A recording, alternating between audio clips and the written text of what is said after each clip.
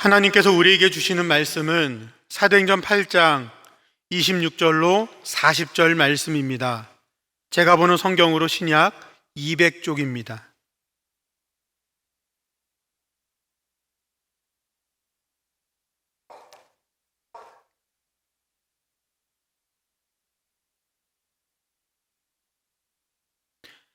하나님의 말씀을 봉독하겠습니다. 주의 사자가 빌립에게 말하여 이르되 일어나서 남쪽으로 향하여 예루살렘에서 가사로 내려가는 길까지 가라 하니 그 길은 광야라. 일어나 가서 보니 에디오피아 사람 곧 에디오피아 여왕 간닥의 모든 국고를 맡은 관리인 네시가 예배하러 예루살렘에 왔다가 돌아가는데 수레를 타고 선지자 이사야의 글을 읽더라. 성령이 빌립더로 이르시되 이 수레로 가까이 나아가라 하시거늘 빌립이 달려가서 선지자 이사야의 글을 읽는 것을 듣고 말하되 읽는 것을 깨닫느냐? 대답하되 지도해 주는 사람이 없으니 어찌 깨달을 수 있느냐 하고 빌립을 청하여 수레에 올라 앉으라 하시니 있는 성경 구절은 이것이니 일러스되 그가 도살자에게로 가는 양과 같이 끌려갔고 털 깎는 자 앞에 있는 어린 양이 조용한 같이 그의 입을 열지 아니하였도다. 그가 굴욕을 당하였을 때 공정한 재판도 받지 못하였으니 누가 그의 세대를 말하리요? 그의 생명이 땅에서 빼앗김이로다 하였거늘 그 네시가 빌립에게 말하되 청컨대 내가 묻노니 선지자가 이 말한 것이 누구를 가리킴이냐? 자기를 가리킴이냐? 타인을 가리킴이냐? 빌립이 입을 열어 이 글에서 시작하니 예수를 가르쳐 복음을 전하니 길 가다가 물 있는 곳에 이르러 그 네시가 말하되 보라 물이 있으니 내가 세례를 받음에 무슨 거리낌이 있느냐? 이에 명하여 수레를 멈추고 빌립과 네시가 둘 다 물에 내려가 빌립이 세례를 베풀고 둘이 물에서 올라올 새 주의 영이 빌립을 이끌어간지라. 네시는 기쁘게 길을 가므로 그를 다시 보지 못하니라. 빌립은 아소도에 나타나 여러 성을 지나 다니며 복음을 전하고 가이사랴에 이르니라. 아멘. 여러분 이 노래 아시죠? 우리 만남은 우연이 아니야. 끝까지 부를 생각은 없습니다. 노사연 씨가 부른 만남이라는 노래 가사 첫 줄이죠. 그 첫 줄 가사로 오늘 설교를 시작하려 합니다. 우리는 원인 모를 혹은 내가 예상치 못했던 그 무엇인가가 일어나면 그것을 우연이라고 말을 합니다. 그러나 이 세상에 우연이란 있을까요? 오늘 본문 말씀의 내용을 보면 겉으로 보면 우연인 것처럼 보이지만 안을 들여다보면 절대로 우연이 아닌 사건이라는 것을 알 수 있습니다. 본문의 이야기는 빌립으로부터 시작됩니다. 빌립은 생각지도 않은 길을 가야 했습니다. 스데반의 순교와 함께 예루살렘에 큰 박해가 있었죠. 빌립은 사마리아 성으로 가서 복음을 전했습니다. 성령이 충만해서 큰 기사와 능력들이 나타났습니다. 병자가 낫고 귀신 들린 자에게서 귀신이 쫓겨나가고 암울하고 어두웠던 사마리아 성에 기쁨이 가득 차게 됐습니다. 빌립이 전하는 하나님 나라와 예수 그리스도의 이름에 관한 복음을 들은 사마리아 사람들은 예수님을 주로 믿고 세례를 받았습니다. 예루살렘에서 내려온 사도 베드로와 요한을 통해서 성령도 받았습니다. 빌립은 점점 더 사마리아 여러 지역을 다니며 복음을 전했습니다. 그렇게 복음을 전하고 있는 빌립에게 주의 사자가 찾아와서 일어나서 남쪽으로 향하여 예루살렘에 가서 가사로 내려가는 길까지 가라, 그렇게 지시했습니다. 사마리아의 복음을 전할 지역이 아직도 많이 남아 있는데, 그런데 주의 사자는 빌립에게 남쪽으로 내려가라고 하십니다. 지도를 보시면 알겠습니다만 주의 사자가 지시한 대로 가려면 빌립은 다시 예루살렘 쪽으로 내려가서 한참 길을 가야 합니다. 그런데 그 길은 또한 광야길입니다. 사람들이 많이 모여있는 시장도 아니고 어느 마을도 아니고 그리고 사람들이 왕래가 많은 그런 길도 아닙니다. 왜 갑자기 그 길로 가라고 했을까요? 빌립 입장에서는 의아해할 수 있는 지시죠. 그리고 가라고 한 그 먼 길, 그 광야 길도 어느 지점인지가 정확하지가 않습니다. 그냥 그 길로 빨리 가라는 지시입니다. 빌립은 성령의 인도하심에 순종했습니다. 26절 주의 사자가 빌립에게 말하여 이르되, 또 29절 성령이 빌립더러 이르시되 이 수레로 가까이 나가라 하시거늘. 그리고 39절 상반절에 둘이 문에서 올라올새 주의 영이 빌립을 이끌어 가신지라. 이 말씀들을 보면 빌립이 복음을 전할 때 자기 마음대로 아무데나 가서 복음을 전한 것이 아님을 알 수 있습니다. 사도행전 1장 8절 오직 성령이 너희에게 임하시면 너희가 권능을 받고 예루살렘과 온 유대와 사마리아와 땅끝까지 이르러 내 증인이 되리라 하시니라는 이 예수님 말씀처럼 성령님은 예루살렘에 먼저 복음이 전파되게 하셨고, 그리고 그 다음 유대, 그 다음 사마리아, 그 다음 땅끝까지 복음이 전파되게 하셨습니다. 그래서 오늘 한반도에까지 복음이 전해졌고 우리가 이렇게 신앙생활을 하고 있는 것입니다. 빌립은 성령님의 지시와 인도하심에 민감했고 자신의 복음 전도 사역이 하나님께서 주관하시는 사역임을 그가 믿었습니다. 이에 성령님의 지시와 인도하심을 하나님의 명령으로 받았고 하나님께서 주시는 사명으로 받았습니다. 그 사명을 감당하는 길에서 하나님께서 방향을 어디로 바꾸시든지 그대로 순종한 거죠. 이성적으로 이해가 되지 않아도 말입니다. 이렇게 예를 들어보겠습니다. 어느 자동차 운전자가 자기가 가야 할 목적지를 잘 압니다. 그 길도 너무 잘 알아요. 어디서 직진하다 어디서 좌회하고 어떻게 하면 다 되는지를 너무도 잘 알아요. 그런데 그 길을 자기가 아는 길을 가고 있는데 내비게이션이 지금 직진해야 내가 맞다고 생각하는데 내비게이션은 좌회전하라는 거죠. 또 뭐 좌회전해야 될 때인데 직진하라고 하는 거죠. 또 유턴하라고 합니다. 그런데 운전자가 그 내비게이션 말대로 그대로 운전을 합니다. 빌립은 하나님이 그렇게 빌립이 가고자 하는 목적지, 목표지 가고자 하는 것이 아니라 하나님 지시대로 바꿔라 방향을 바꾼 거예요. 사마리아 여러 지역으로 가던 전도 방향을 유턴해가지고 예루살렘 쪽으로 내려가라. 가사로 내려가는 길까지 가라. 그 말씀대로 간 겁니다. 사마리아 성에서 예루살렘까지가 약 74km 정도 되고 또 예루살렘에서 가사까지가 약 70km 정도 됩니다.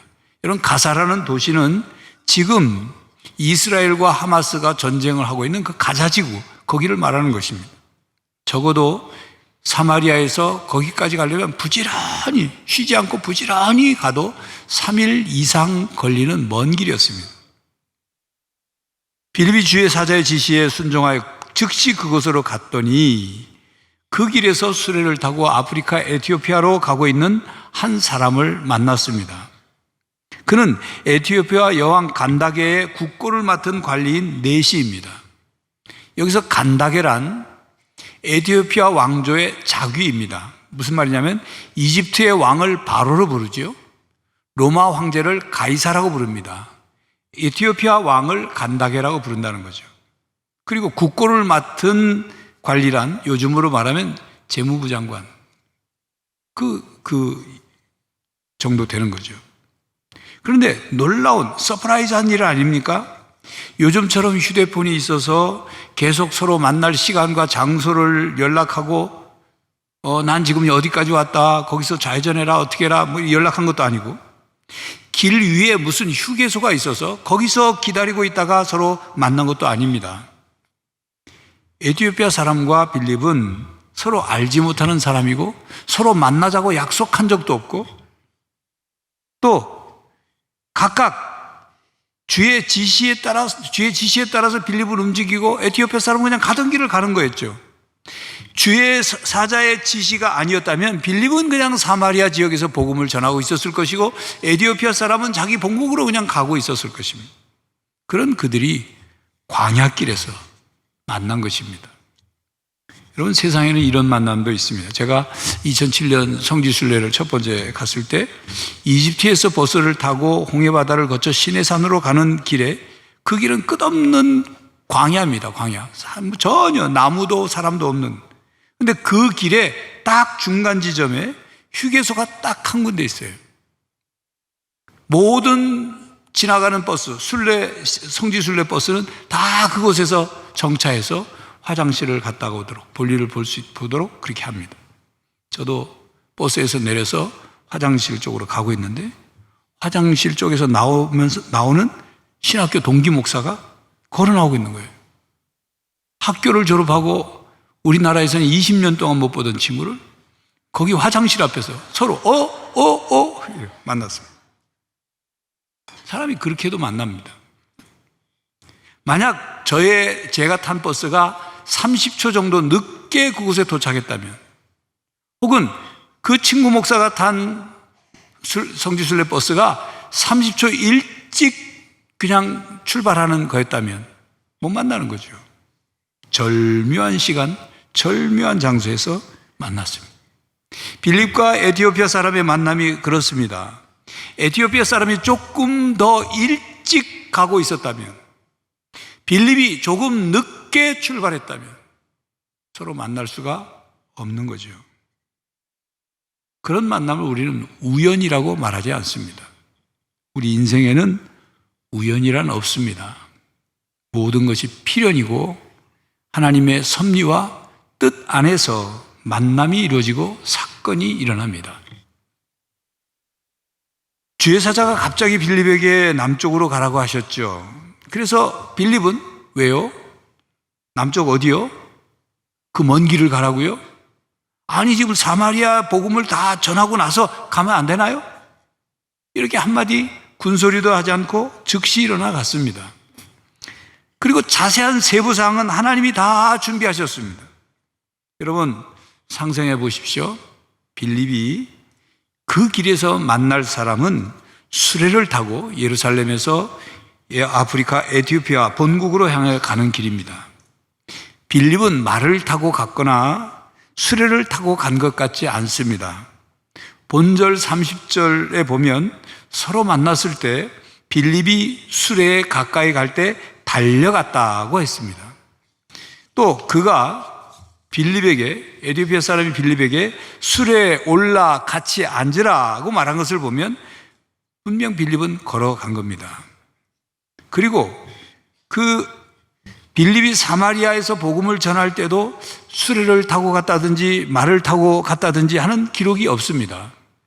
만약 수레를 타고 갔거나 말을 타고 갔다면 에티오피아 사람이 빌립에게 내 수레로 옮겨 타라 이렇게 말을 해야 맞지요.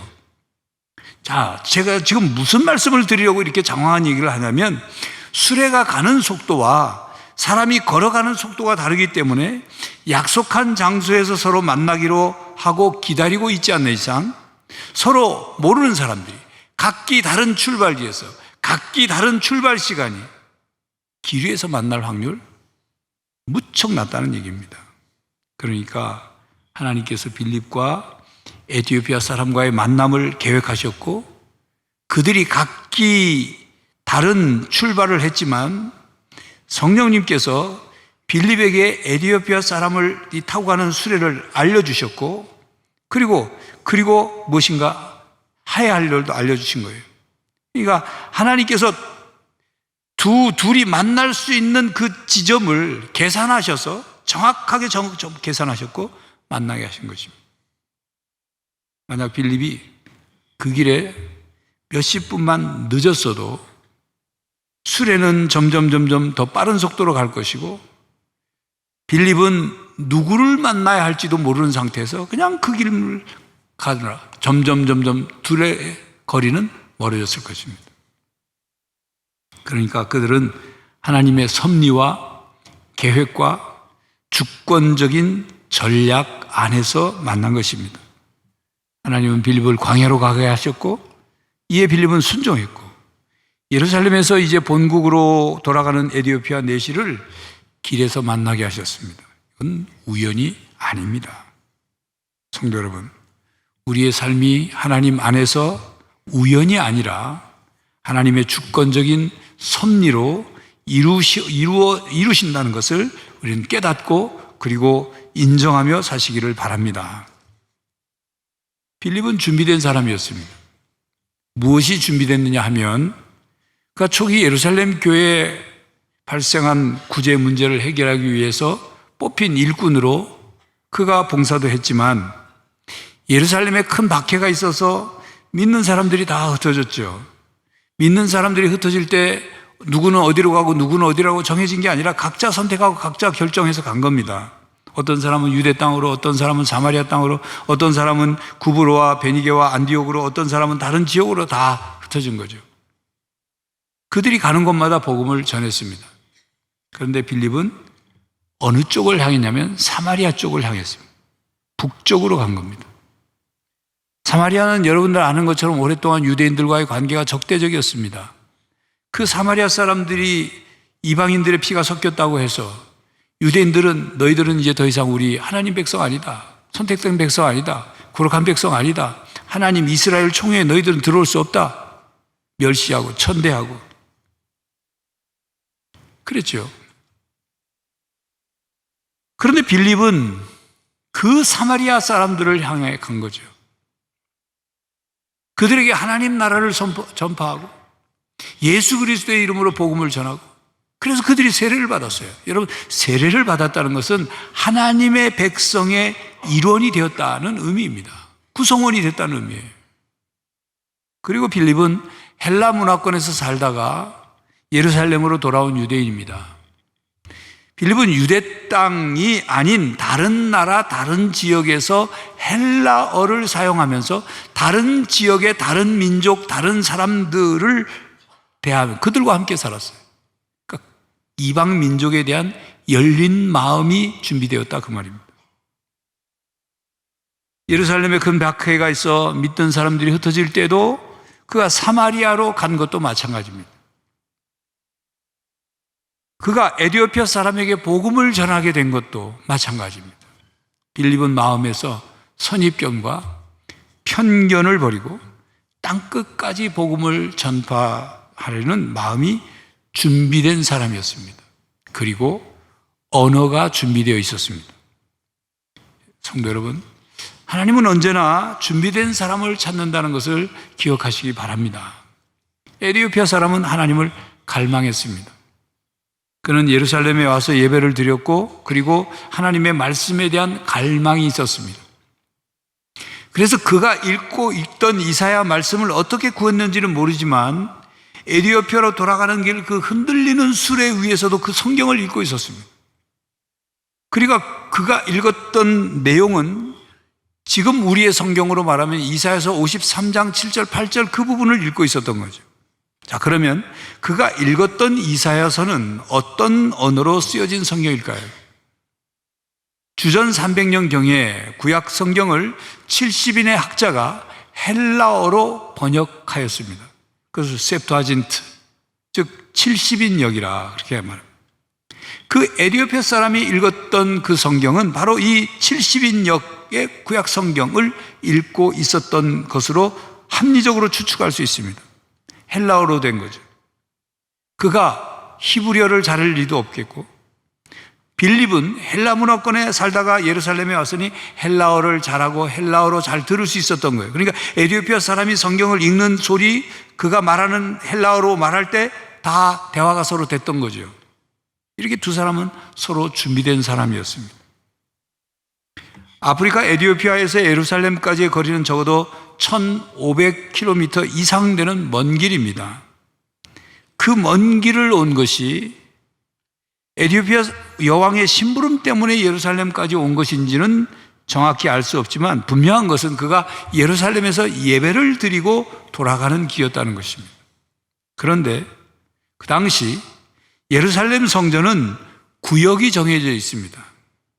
그 구역에는 이방인의 뜰이 있고 그리고 여인의 뜰이 있고 그리고 유대인의 이스라엘인의 뜰이 있고 제사장의 뜰이 있고 그 다음에 성전 안에는 성소와 지성소가 있었습니다. 이방인이 유대교로 개정했을 경우에 유대 절기에 참여할 수 있는 권한이 있었습니다. 그러나 그들에게 유대인의 뜰에 들어갈 수 있는 권한까지는 없었습니다. 그냥 이방인의 뜰에 있어야 했어요. 에디오피아 내시는 개종한 유대인이었을 것이고 더욱이 그는 내시이기 때문에 성전에 와서 또 떳떳한 대접을 받을 수 없었을 것입니다. 그런데도 그가 예루살렘 성전 예배에 참석했다는 것은 그의 신앙이 어떤 신앙이었던가를 우리는 쉽게 추측할 수 있죠. 그는 하나님께 헌신된 자였음을 알 수 있습니다. 그리고 고대 유대인들은 에티오피아와 접촉이 있었습니다. 성경에서 에티오피아를 구스라고 표현했는데 구스에 대한 언급이 나오죠. 시편 68편 31절을 보면 고관들은 애굽에서 나오고 구스인은 하나님을 향하여 그 손을 신속히 들리로다. 예레미야 38장 7절 이하에 보면 왕궁 내시 구스인 에벤멜렉이 선지자 예레미야를 구덩이에서 끌어올리는 내용이 나옵니다. 그리고 열왕기상 10장에 보면 시바 여왕이 등장하죠. 솔로몬의 명성을 듣고 솔로몬의 지혜를 시험하고자 해서 값진 물건을 싣고 와서 솔로몬과 대화를 합니다. 그 시바 여왕이 바로 에티오피아에 있는 그쪽 지역의 왕. 그 당시 시바 여왕은 아프리카의 넓은 영토를 가지고 있었습니다. 그리고 에티오피아의 건국 서사시에 나오는 내용을 보면 이 시바 여왕 마케다가 이스라엘의 솔로몬을 만나러 와서 솔로몬과 사랑에 빠져 하룻밤을 보내고 임신을 해서 돌아갔다는 거죠. 그때 태어난 아이가 에티오피아 초대 황제인 메넬리크 1세라고 그들의 건국 설화에 나옵니다. 그러니까 에티오피아 후손들이 이스라엘과의 연결점이 있다 그 말입니다. 본문에 등장하는 에티오피아 내시는 유대교로 개종한 이방인이었을 것으로 추정이 되죠. 그리고 그런 유대교로 개종했기 때문에 바로 이사야 예언서의 복사본을 손에 넣을 수 있고 그것을 들고 가면서 읽을 수 있었던 것입니다. 하나님은 준비된 사람에게 준비된 사람을 보내셨습니다. 에티오피아 사람은 하나님을 찾는 사람이었습니다. 하나님을 찾기를 갈망하고 있었습니다. 영적인 갈증, 영적인 갈급함이 있었던 사람이었어요. 그렇지만 그는 예수님은 알지 못했습니다. 그저 하나님을 만나고 싶어 했죠. 하나님은 그렇게 하나님을 찾고 하나님을 만나고 싶어 하는 사람들을 만나 주시기 위해서 준비된 사람 빌립을 보내셨습니다. 우연이 아니라 필연으로 길에서 만나게 하셨고 그 길 위에서 길이요 진리요 생명이신 예수님을 만나게 하셨습니다. 여러분, 우리에게 어떤 기회가 찾아와도 준비되지 않는 사람에게는 그것은 기회가 아니라 그냥 지나가는 바람일 뿐인 거죠. 허망하죠? 후회만 남기고 사라질 뿐입니다. 놓쳐버린 기차를 향해서 아무리 뒤에서 손을 들어도 기차가 서지 않는 것처럼 그렇게 기회는 사라져 버립니다. 그러나 준비된 사람에게 찾아온 기회는 변화와 성장을 이루는 역사적 사건이 되고 놀라운 은혜가 되는 것입니다. 자, 그런 의미에서 여러분에게 복음을 전해준 사람은 하나님께서 보내신 사람입니다. 하나님께서 에티오피아 사람에게 빌립을 보내시던 말입니다. 하나님께서 여러분을 찾고 계셨고 하나님은 여러분에게 사람을 보내셨습니다. 그렇게 예수님을 믿게 되었으니 여러분은 준비된 사람이었습니다. 복음을 받을 준비가 되었었고 예수님을 주로 믿을 준비가 되었었고 하나님의 자녀가 될 준비가 되었었습니다. 그래서 하나님의 때가 되어서 우연이 아니라 하나님의 섭리로 여러분의 인생길에서 하나님께서 보내신 사람을 만나서 여러분이 하나님의 자녀, 하나님의 백성, 하나님의 사람이 된 것입니다. 만약 여러분의 부모님이 신앙인이어서 여러분이 태어나면서부터 신앙생활을 하였다면 여러분의 부모님이 하나님께서 보내신 빌립과 같은 분입니다. 반대로 부모님들에게는 여러분의 자녀가 하나님께서 만나게 하신 에티오피아 사람과 같고 여러분은 빌립의 역할을 해야 하는 것입니다. 이렇게 예수님을 믿고 구원받아 하나님의 자녀가 되는 것은 여러분의 의지로 되는 것이 아닙니다. 전적인 하나님의 섭리이며 그리고 구원의 은혜입니다.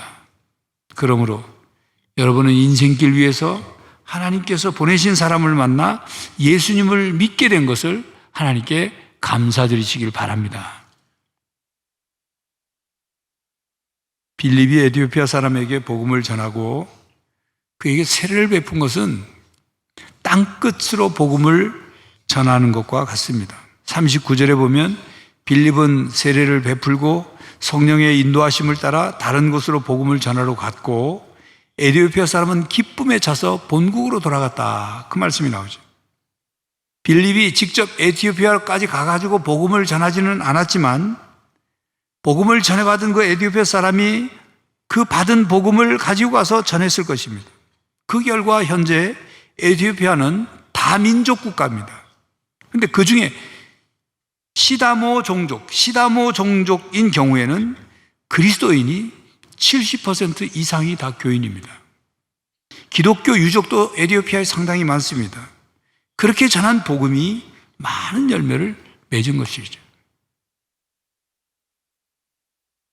여러분, 사람이 길을 갈 때 자기가 가고 싶은 길을 가지만 또 자기가 가고 싶지 않아도 누군가가 시켜서 가는 길이 있어요. 하나님께서 가라고 하시는 길은 사명의 길입니다. 하나님께서 맡기시는 일이 있어요. 그 길에서 해야 될 임무가 있다 그 말입니다. 그 임무란 뭘까요? 하나님 나라와 교회를 위하는 일, 구원의 복음을 전하는 일, 하나님의 구원을 이루어가는 일, 주님의 사랑을 실천하는 일. 그 길을 가기 위해서 우리는 자신이 가던 길을 방향을 바꿔야 할 때가 있습니다. 그리고 빌립처럼 우리 자신을 하나님께 맡겨야 되는 겁니다. 잠언 3장 5절 6절 말씀이죠. 너는 마음을 다하여 여호와를 신뢰하고 내 명철을 의지하지 말라. 너는 범사에 그를 인정하라. 그리하면 내 길을 지도하시리라. 빌립은 자신이 가야 할 길을 하나님께 맡겼죠. 성령님을 인정했습니다. 성령님이 지시하시고 인도하는 대로 따라했습니다. 거기에 놀라운 일이 일어났죠. 성도 여러분, 하나님의 말씀을 가까이 하고 성령의 인도하심에 순종하시기 바랍니다.